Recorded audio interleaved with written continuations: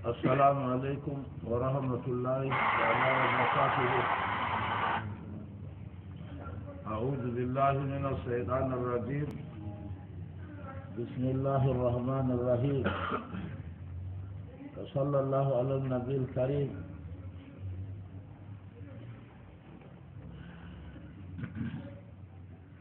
قال الله تبارك وتعالى: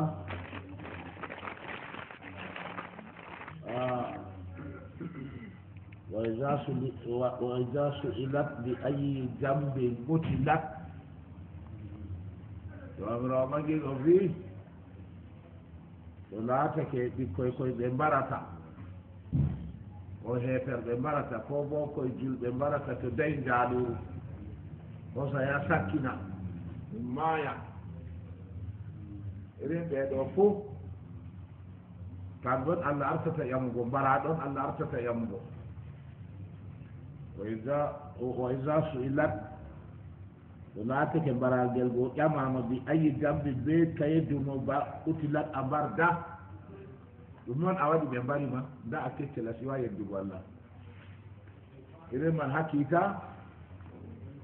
تابي غدو ko ɗiggini iyam ɗo rufa o yon dari babal kiita ɓe ƴamayi jotta ɗo tappuɗo kam taw sakko ma yecca ko waɗi ɓe ƴama tappaɗo ɗum noon a waɗi on ha ɓe waɗima banni ɗo daga ɗon ni a andi lallay ha labar kam ka wulan ha dowma to ɓe lori dowma ka an tappuɗo sakko ma mbarɗo ko a waɗi on ha ɓe waɗima banni ɗo sakko ma ɓe ƴami ɓinguel mbaragel a kettel on walla a siwa yeddugo allah ko a waɗi be ɗume ɓe mbardima to ɗo haala ɗon to ɓe lorti dow mbarɗo kam a andi kadi mbara ɗon ɓe artata yamugo to daya nda junuba ɗiɗi nda jeenu nda mbargo hoore to ayi ɗo wato junuba manga manga ɗiɗi nda junuba ndenugo nda mbargo nda mbar hoore fayi to kadi ɗoɗo ɗo ɗum kulni ɗum a reedi galuru kam a dara dow jotta ɗo jeenu maɗa ta ɓeddu ɓe mbargo hoore fayinta kam ɓe ƴaman ɓinguel mbarangel ɗo ɗume a waɗi ɓe mbarima ko a waɗi law mbarɗo may ɗume jabata kadi nda ko ɓinguel keccel ngel waɗi on min mbari ngel ɗo to heɓata raison may illa ƴamde may ɗum nangarle tan ƴami ngam nangarle sata nangatɗe mbarɗo man sata to kadi goɗɗo hakkila irin majum ɗo aha to enon noon jomirawo ɓangi ɗo wi qu anfusakum wa ahlikum nara to wato kulane ko e mon yiiti alahira kulane ko e mon yiiti alahira waquduha annasu walhijaratu wato dotte maji on latti ɓiɓɓe adama be kaa'e on dotte yiite alahira kala mo naati yiite pat kankon wartata ƴulɓe yiite man banta a hoosi leɗɗe a huɓɓi noon a leɗɗe man lattata ƴulɓe yiite de a huɓɓi may non noon naadaɗo yiite fof kam ko ƴulɓe maaje be kaa'e bo fayinta ɓeddita to allah sen ɗoreen en wali alayha malaikatun giladun sidadun nden ɗon ha dow yiite ko koko nder yiite may malaika jambiɓe saatuɓe allah waɗanaɓe hinneno famɗumi pataw ha maɓɓe e ɗam wato e ɗam no foti fu wala ha malaika ñangada ɗo ñangita no ñangitir pat yurmata ñangitirteɓe ɗo yurmataɓe sam nden bo la yasuna allaha wa yumaruna wa yamaluna ma yumaruna e ɗo huwa ko ɓe umra tan wala ko yale ɓe jurumbu ka wala ha maɓɓe ma sakko allah ta gayɗi ma sakko ɓe mara to saatuɓe bo wa qala rasulullah sallllahu alayhi wa sallam man la yarhamu la yurhamu annabi jo burna tagle muhammadu sallallahu alaihi wasallam o fi mo en ɗata pat en ɗatake to a famay bo mo en ɗata tagle allah pat allah tago bo en ɗatamo mo yi'atade ɗum tagle pat allah tago bo yurmata o yurmata ɗum tawa kadi ngam maade en yurmina tagle allah ko bugel to doƴƴi hannde am yawo burtuɗum ngel tangel wata taw si allah andi keerol mbar jarima nanema allah ɓangiɗo o wi ko moye yeeɗitini yonki wata allah waɗi dalila sababuma haɗi ɗum watugo haɗi ɗum maaygo si allah hokkamo mbar jari batto an on yeeɗitini yimɓe duniya ɗo pat mbiya an on yeeɗiɓe ɓe ɗon waysa ɗo non noon mbar jarima ɗo bo a fotayi to ومن قتل النفس فكأنما قتل الناس جميعا كم يبالي فوري بوبانتو ومبالي بيتي آدم كوياتا دنيا دو بات بياتو ومبالي بنو عند فيندان تابو تو كدي ها يلو يونكي لو هبا نواتو كفويا ويدونجل دابا المتاكو بي آدم ننفامي نو كدي دبو بورجاجو مميداي تيغال اون بني إسرائيل آدو daga o budurwa ha o warti o debbo mawɗo jeenu tan kuugal maako oyo waalima ha ndeenu ma ɗo hoota o tawi goyɗo lo ɗo ngoola jotta ɗo loope ha hunnduko wawru danda saatigo ɗonka nesko ɗonka wara ndu o yiido ɗumɗumaaro o itti mojaare maako wato haɓɓi paɗe ɓorne o suwi nder wawru o safi o yarni goyruɗo ɗon allah yaafiri ndeenu maako ko ummi o ɗo ndeena ɗo o latti o jaafaɗo yande man nden allah handitimo o tooɓi ndeenu man wona ko latti kugal ma ko illadde wa hawade tawrimo dow banni goyma a endi allah endima goɗɗo feere oɗo yaha laawol en tawi ɗum ha hadise annabijo sallah sallam oɗo yaha laawol so tawi leggal margal gui'e yewi ɗo waali sag laawol so sorni sawru ma ko ha lisal gui'e goo o witti ha nder ladde o wi ɗo ni to acciniya torra julɓe ɗo on allah yaafir mo wallidini mo aljanna allah yiɗi en ɗo hadise on ɗo la yurhamu man la yarhamu ɗo arab jo ladde arab en ladde ayi tabiya maɓɓe ba tabiya borro to ko semtata ɓe wuro fuu semtataɓe ko semtata ko yimɓe wuro on latti semtuɗum ha maɓɓe